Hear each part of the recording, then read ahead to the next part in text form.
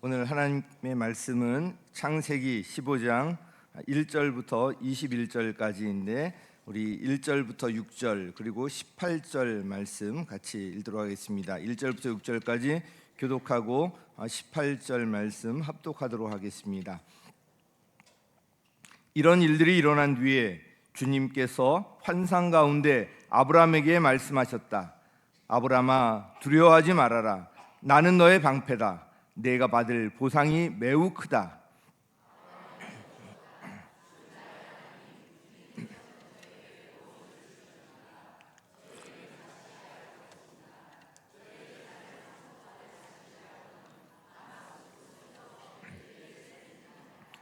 주님께서 저에게 자식을 주지 않으셨으니 이제 저희 집에 있는 이 종이 저의 상속자가 될 것입니다. 아브라함이 이렇게 말씀드리니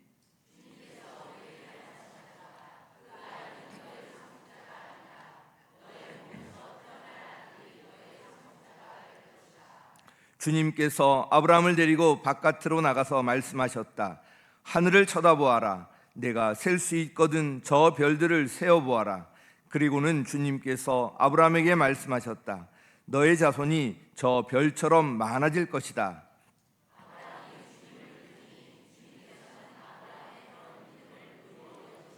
18절 말씀 합독하겠습니다. 시작. 바로 그날 주님께서 아브라함과 언약을 세우시고 말씀하셨다. 내가 이 땅을 이집트 강에서 큰 강 유프라테스에 이르기까지를 너의 자손에게 준다. 아멘. 여러분 혹시 투표하셨나요? 저는 이 금요일 날 새벽기도 마치고 가서 바로 투표를 했는데 우리 성도님들 중에 제가 여당 쪽인지 야당 쪽인지 이렇게 궁금해하시는 분들이 많은 것 같아서 제가 밝히도록 하겠습니다. 저는 예당입니다. 예수님 당이에요. 보수파도 진보파도 아니고 저는 제이파라고 합니다. 지저스파. 그래서 투표 안 하신 분들 10일 날 우리 국민의 이제 권리니까 투표 꼭 하시고, 그리고 두 가지가 있거든요.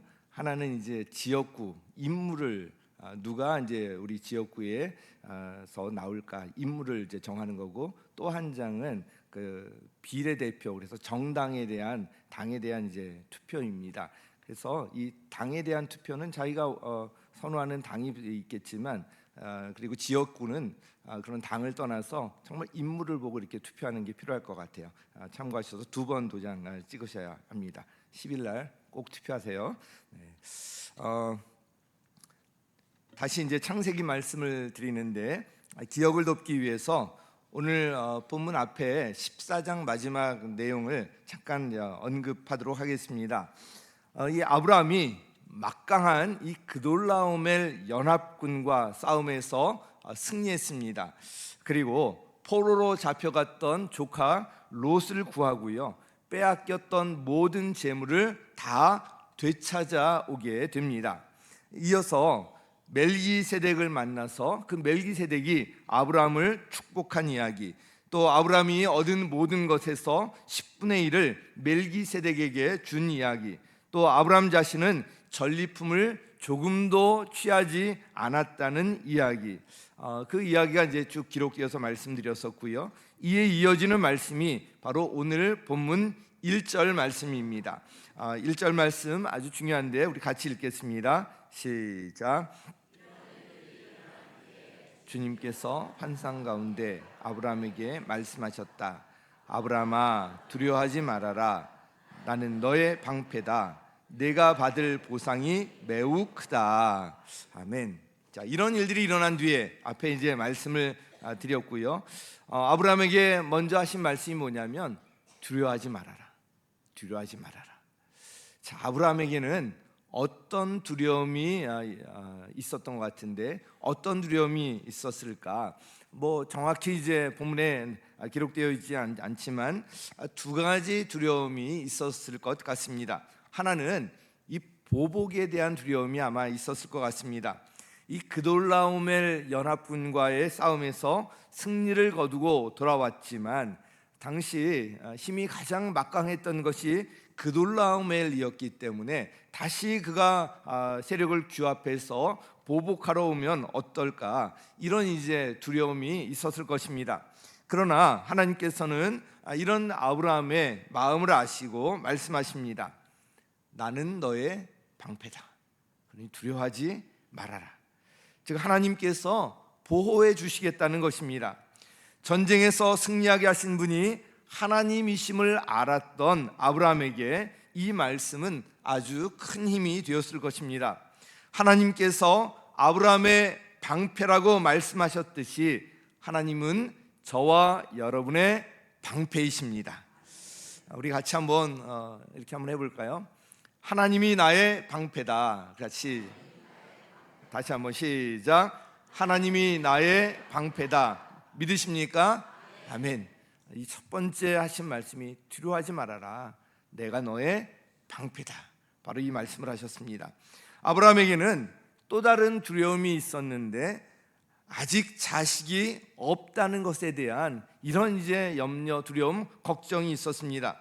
이것이 아브라함에게는 더 큰 아주 중요한 그런 두려움이었을 것입니다. 아브라함은 내심 아주 답답했을 것입니다.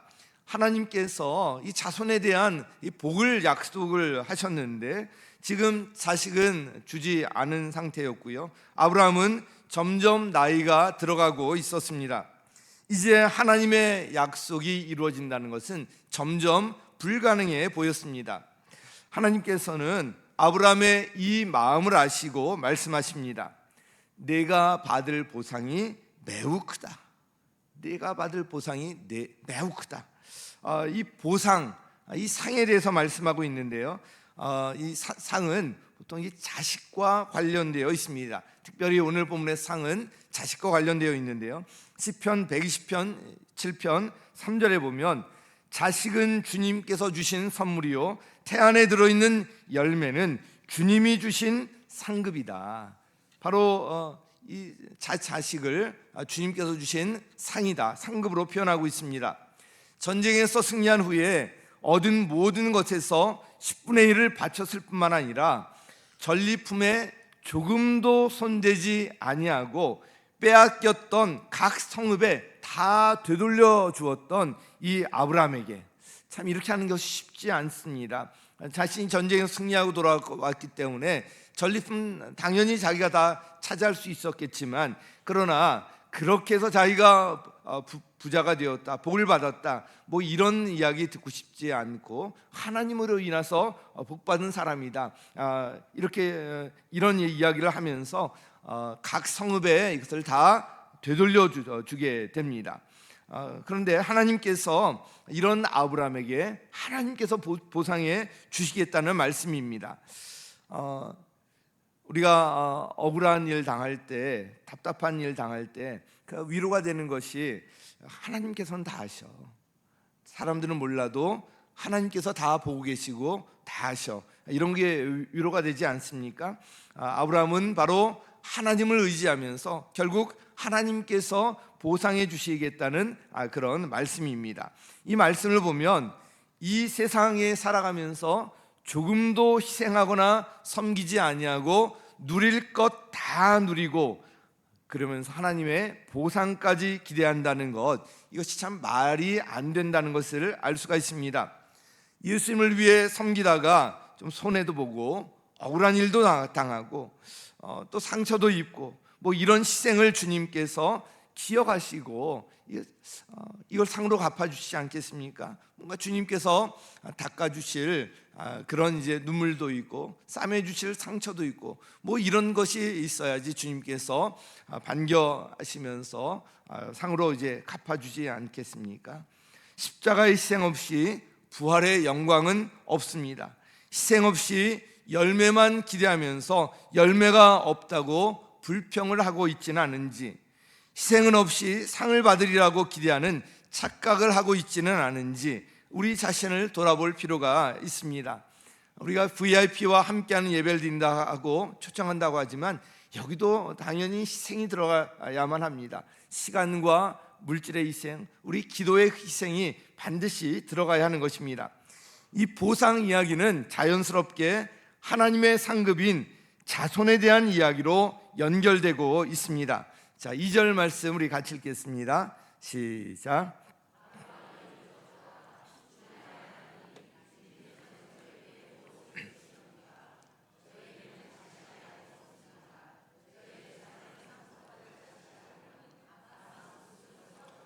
있을 뿐입니다. 자, 지금 이제 아브라함에게 가장 절실한 것은 자식이었습니다. 하나님의 약속은 있지만 현실은 자식이 없는 답답한 상황이었습니다. 그래서 이 2절 말씀은 지금 하나님 앞에서 투덜거리고 있는 것입니다. 이제 주님께서 내가 받을 상급이 아주 크다, 매우 크다, 막 이 보상이 크다, 매우 크다 이 말씀을 하셨잖아요. 그러니까 주 나의 하나님, 주님께서는 저에게 무엇을 주시렵니까?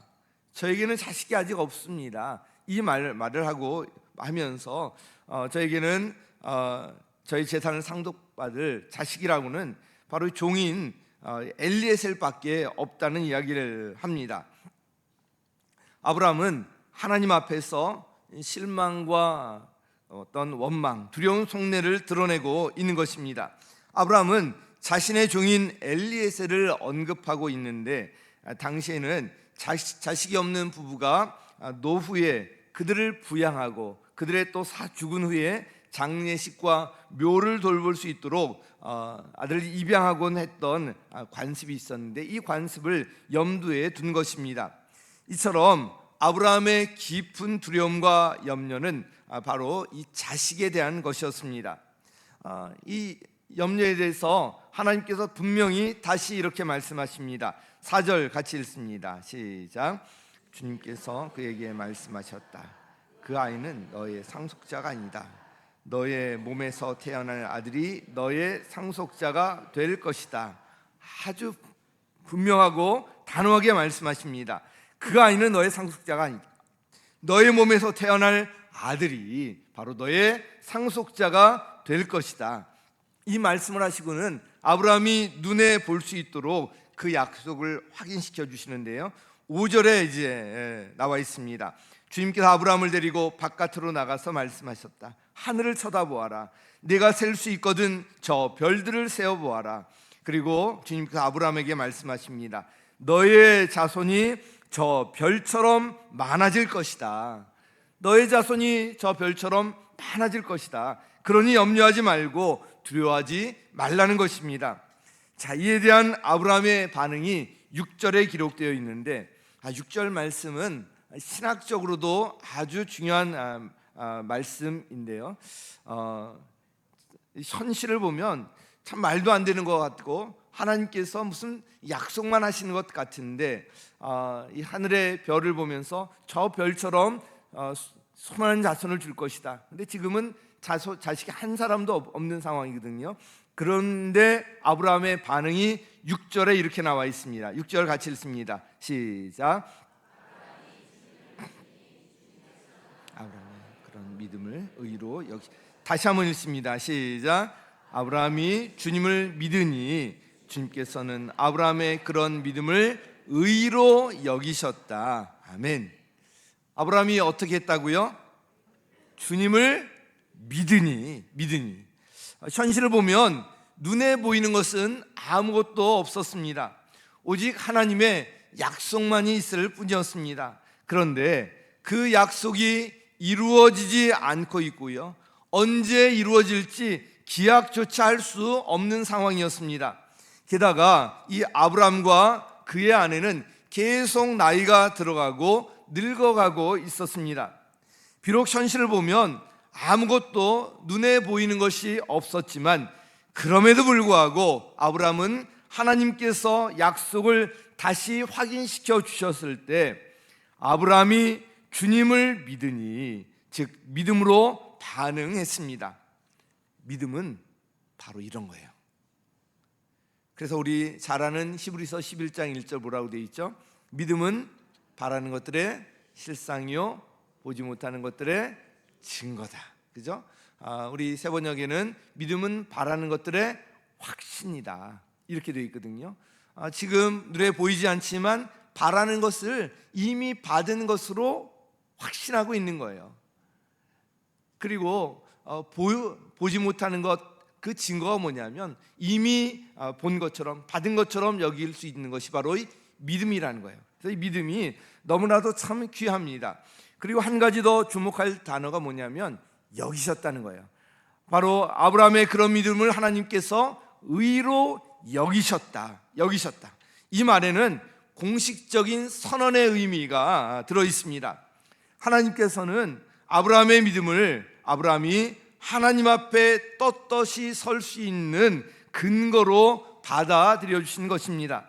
아브라함은 단지 어떤 행위가 아니라 그의 믿음을 근거로 하나님 앞에 이런 특권을 얻게 되었던 것입니다. 아브라함과 같은 사람도 때로는 낙심하고 두려워할 때도 있지만 결국 하나님 앞에 믿음으로 서는 모습을 보여주고 있습니다. 하나님께서는 그 믿음을 귀하게 여기십니다. 상식적으로 볼 때, 또 과학적으로 볼 때, 환경적으로 볼 때 불가능해 보이는 그런 상황 가운데서도 약속의 말씀에 믿음으로 반응하기를 원하시고요, 그 믿음을 귀하게 받아주십니다. 하나님께서는 아브라함의 그런 믿음을 의로 여기셨습니다. 신학적으로 아주 중요한 말씀입니다. 우리가 구원받은 것, 우리가 어떤 자격이 있어서 우리가 잘나서 구원받을 만한 어떤 행위를 해서 그것이 아니라 우리가 구원받은 것은 바로 믿음 때문이에요. 예수를 믿는 믿음으로 구원받은 것입니다. 우리가 지금 이 자리에 있는 이유도 그 믿음 때문입니다. 하나님께서는 그 믿음을 바로 의로 여겨 주십니다. 그래서 로마서 5장 1절 같이 읽습니다. 시작. 우리 주 예수 그리스도로 말미암아 하나님과 더불어 평화를 누리고 있습니다. 아멘. 우리가 어떻게 의롭게 되었다고요? 믿음으로. 우리가 믿음으로 어떻게 하나님께서 하셨다고요? 의롭게 여기셨다는 거예요. 의롭게 여기셨다. 그래서 하나님께서 예수님을 믿는 저와 여러분들을 보실 때 어떻게 보시나요? 죄인으로 보시나요? 의롭게 보시나요? 의롭게 보세요. 의롭게. 우리를 보실 때, 왜냐하면 우리 안에 계신 예수님을 보시기 때문에 그래요. 비록 우리는 여전히 부족하고 연약하지만 하나님께서 우리를 의롭다고 봐주시는 거예요. 여러분, 하나님이 여러분 어떻게 보신다고요? 의롭다고 봐주시는 거예요. 그러니 우리를 보실 때마다 얼마나 기뻐하고 얼마나 반기시겠습니까? 하나님께서 여러분을 지금 너무나도 반기세요. 너무 기뻐하시고요, 지금 이 자리에 계신 여러분 한 분 한 분 얼마나 좋아하시고 얼마나 반기시는지 몰라요. 왜냐하면 우리를 보실 때 우리 믿음을 보시고 우리를 의롭게 여겨주시기 때문에 그렇습니다. 그래서 우리에게 필요한 것은 바로 믿음이에요. 우리가 그 믿음을 주님께서 의롭게 봐주시는 것입니다. 한편 이 하늘의 별처럼 그렇게 많은 자손을 주신다고 약속을 하셨는데, 그럼 그런 자손들이 살 땅이 있어야 되지 않겠습니까? 그래서 하나님께서 아브라함에게 이렇게 다시 말씀하십니다. 하나님께서 세밀한 분이시라는 것을 알 수가 있습니다. 우리 7절 같이 읽습니다. 시작. 하나님이 아브라함에게 말씀하셨다. 나는 주다. 너에게 이 땅을 주어서 너의 소유가 되게 하려고 너를 바빌로니아의 우르에서 이끌어내었다. 아멘. 자, 여기 보면 나는 주다. 누가 주인이세요? 하나님께서. 나는 주다. 여기에 사실 모든 게 다 들어있어요. 하나님은 바로 하늘과 땅의 주인이십니다. 하나님께서 민족과 나라의 주인이십니다. 하나님께서 바로 저와 여러분, 우리 인생의 주인이십니다. 하나님께서는 모든 것을 주관하시고 모든 것을 주권적으로 지금도 다스리시는 주인이십니다. 그분이 바로 우리가 믿는 하나님이십니다. 바로 하나님은 나와 나의 주님이시다. 저와 여러분의 주님이 바로 하나님이시라는 것, 나는 주다, 여기에 다 들어있는 거예요. 너에게 이 땅을 주어서 너의 소유가 되게 하려고 주님이신 그분께서 이 땅을 주어서 너의 소유가 되게 하려고 이 가나안 땅을 주시려고 바빌로니아 우르에서 불러서 여기까지 인도하셨다는 것입니다. 정말 아주 감격스러운 이야기입니다. 그러나 아브라함의 현실을 볼 때 눈에 보이는 것이 없었습니다. 그래서 아브라함이 하나님께 다시 여쭙니다. 주나의 하나님, 우리가 그 땅을 차지하게 될 것을 제가 어떻게 알 수 있습니까? 아주 구체적으로 대화하는 이런 모습을 볼 수가 있는데, 하나님께 기도할 때 바로 이런 것이 좀 필요합니다. 아브라함의 이 질문은 진지한 것이었는데요, 아브라함의 질문에 하나님께서는 짐승을 가져오라고 하시고요, 아브라함이 그대로 따릅니다. 그리고 나서 10절에 이렇게 기록되어 있습니다. 같이 읽습니다. 시작.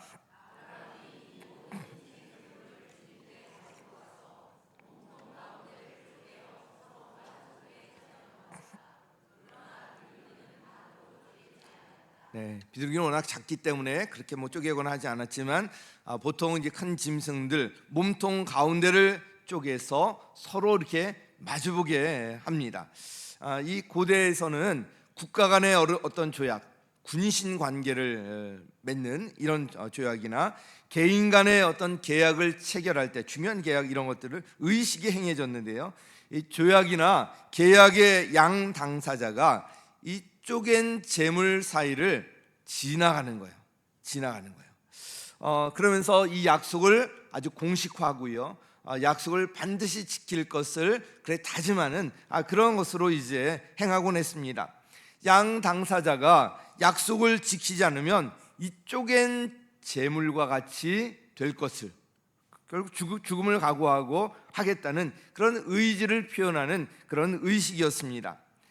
자, 그런데 또 11절에 보면 또 흥미로운 것이 나오는데, 솔개들이 희생제물 위에 내려오고요, 아브라함이 쫓아버렸다고 기록하고 있습니다. 이 솔개들은 제물에 대한 실제적인 위협이 되기도 했지만 언약 체결을 방해하는 악한 세력, 영적으로는 바로 사탄을 상징하기도 합니다. 그래서 여러분 안에 혹시 하나님과의 관계를 방해하고 있는 것이 있는지 한번 살펴보시기 바랍니다. 그런 것이 떠오르면 과감하게 단호하게 쫓아버리는 거예요. 그것이 생각일 수도 있습니다. 우리 사탄은 보통 우리에게 생각을 심어주어서 활동하지 않습니까? 그래서 생각이 참 중요하고요, 또한 그것이 환경일 수도 있고요, 그것이 세상의 유혹일 수도 있습니다. 그것이 어떤 것이든지 단호하게 쫓아버리는 거예요. 이런 하나님과의 관계를 막는 어떤 것이든지 단호하게 쫓아버리는 것입니다. 땅의 약속과 관련해서 하나님께서는 아브라함에게 앞으로 일어날 일들에 대해서 예언적인 말씀을 주시는데 16절 말씀만 같이 보도록 하겠습니다. 16절 시작.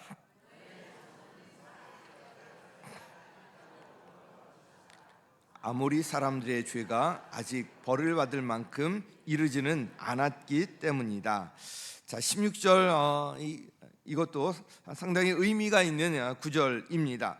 4대째가 되어서야 이 땅으로 돌아올 것이다. 나중에 이제 이집트에서 종살이하고 그리고 이제 400년 후에 가나안 땅, 약속의 땅으로 다시 돌아오게 될 것을 이미 예언하고 계십니다.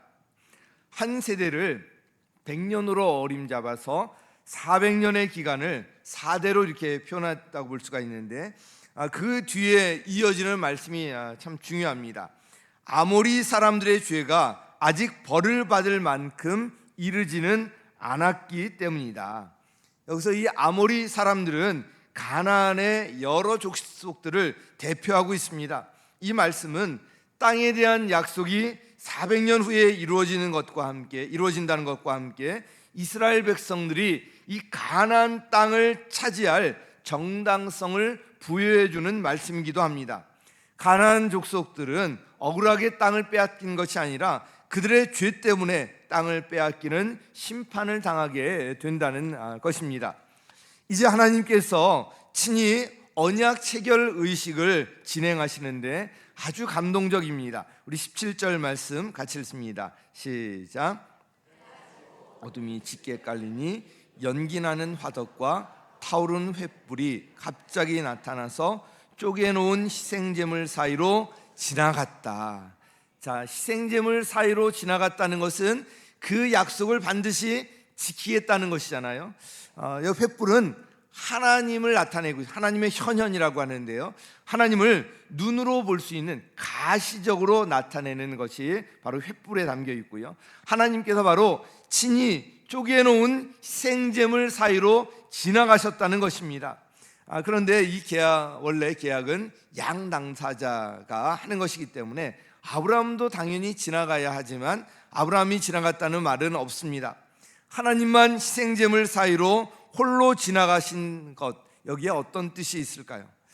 그것은 바로 하나님의 일방적이고 무조건적인 언약을 의미합니다. 자, 이 언약이라는 말이 이제 우리 성경에 나오는데 영어로 하면 covenant라는 말이고요. 이것과 이제 구별해 쓰는 것이 계약, contract라는 이제 계약인데, 계약과 언약은 다릅니다. 하나님과의 어떤 약속, 계약을 이야기할 때 언약이라는 말을 쓰는데, 언약은 절대로 깨지 않는 그런 이제 약속입니다. 신실하신 하나님께서 약속하신 이 말씀을 반드시 이루겠다는 것을 가시적으로 나타내 보여주시는 아주 감동적인 장면입니다. 하나님께서는 이 언약 의식을 통해서 아브라함에게 하신 약속을 더욱 구체적으로 분명하게 말씀해 주시는데 18절에 나와 있습니다. 같이 읽습니다. 시작. 바로 그날 주님께서 아브라함과 언약을 세우시고 말씀하셨다. 내가 이 땅을 이집트 강에서 큰 강 유프라테스에 이르기까지를 너의 자손에게 준다. 아멘. 언약을 세우시고 약속을 분명하게 하시고 이 약속들이 다 이루어지게 됩니다. 적용과 관련해서 간단히 몇 가지만 말씀을 드리도록 하겠습니다.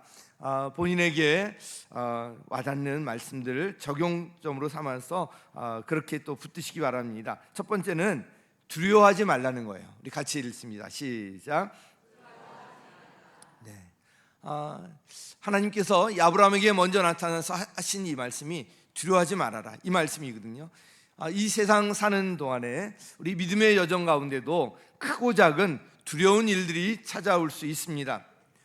혼자 감당할 수 없을 것 같은 위기 상황에 직면하기도 합니다. 답답하고 억울한 일을 당하기도 합니다. 그럴 때 바로 오늘 말씀을 기억하시기 바랍니다. 1절처럼 두려워하지 말아라. 나는 너의 방패다. 내가 받을 보상이 매우 크다. 두려워하지 말아라. 나는 너의 방패다. 네가 받을 보상이 매우 크다. 바로 여러분에게 하나님께서 하시는 음성으로 들으시기 바랍니다. 자, 두 번째 적용점은요, 첫 번째 두려워하지 말라, 두 번째는 주님을 믿으라. 우리 같이 시작. 자, 믿음은 믿을 수 없는 그런 상황 가운데서도, 눈에 보이는 것이 없는 그런 상황 속에서도 하나님의 말씀에 믿음으로 반응하면서 하나님을 바라보고 의지하는 것입니다. 하나님께서는 그 믿음을 귀하게 여기시고요, 그 믿음을 바로 의로 여겨 주십니다. 예수님을 영접한 여러분을 하나님께서 의롭다 여겨 주시고 의롭게 봐주십니다. 여전히 부족하고 연약하고 때로 넘어지기도 하지만 그럼에도 불구하고 하나님께서는 여러분을 보실 때 의롭게 봐주시는 거예요. 그래서 여러분을 언제나 반갑게 맞아주십니다. 세상 모든 사람들이 나를 외면하더라도 하나님께서는 변함없이 변치 않고 여러분 한 사람 한 사람을 의롭게 봐주시면서 반기시는 거예요.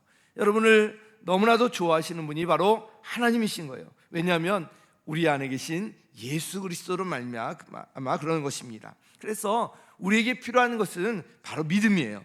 그래서 오늘 6절 말씀처럼 아브라함이 주님을 믿으니 주님께서는 아브라함의 그런 믿음을 의로 여기셨다. 그 믿음을 의로 여기셨다. 우리에게 필요한 것이 바로 이 믿음으로 반응하는 것이라는 것입니다. 자, 두려워하지 말아라. 주님을 믿어라. 마지막 세 번째 적용점은요, 하나님의 언약의 말씀을 붙들라는 것입니다. 같이 읽습니다. 시작. 하나님의 언약의 말씀을 붙들라. 하나님의 언약, 이 약속의 말씀을 붙들라는 것입니다. 이와 관련해서 제가 오늘 말씀 중에 두 구절만 간단히 언급하면요, 7절에 나와 있는 것처럼 나는 주다. 너에게 이 땅을 주어서 너의 소유가 되게 하려고 너를 바빌로니아의 우르에서 이끌어내었다. 이 말씀, 약속의 말씀을 주셨고요, 이 땅을 너에게 주어서 너의 소유가 되게 하려고 그러셨다는 것. 또 5절에 보면 너의 자손이 저 별처럼 많아질 것이다. 자, 그런데 이 언약의 말씀을 주실 때 환경적으로나 상식적으로나 말도 안 되는, 도저히 이루어질 수 없을 것 같은 그런 이제 상황이었지만, 그런데 결국 이 언약의 말씀은 그대로 다 이루어졌습니다. 하나님께서는 언약에 신실하신 분이십니다. 한번 약속한 것을 반드시 이루시는 분이심을 믿으시기 바랍니다. 자, 오늘 말씀 중에 특별히 두 구절 우리 같이 고백했으면 좋겠는데, 아브라함아 두려워하지 말아라. 나는 너의 방패다. 네가 받을 보상이 매우 크다.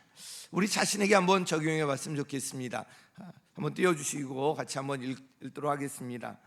누구누구야, 여기에 첫 번째 문장 먼저 하겠습니다. 자신의 이름을 넣는 거예요. 저 같으면 기환아 두려워하지 말아라. 나는 너의 방패다. 네가 받을 보상이 매우 크다. 여기 기환아 이렇게 하지 마시고, 저만 복되게 하지 마시고 여러분의 이름을 넣어서 하시는 거예요. 다 같이 시작. 기환아 두려워하지 말아라. 나는 너의 방패다. 네가 받을 보상이 매우 크다. 한번 가슴에 손을 얹고 다시 한번 고백해 볼까요? 시작. 기환아 두려워하지 말아라. 나는 너의 방패다.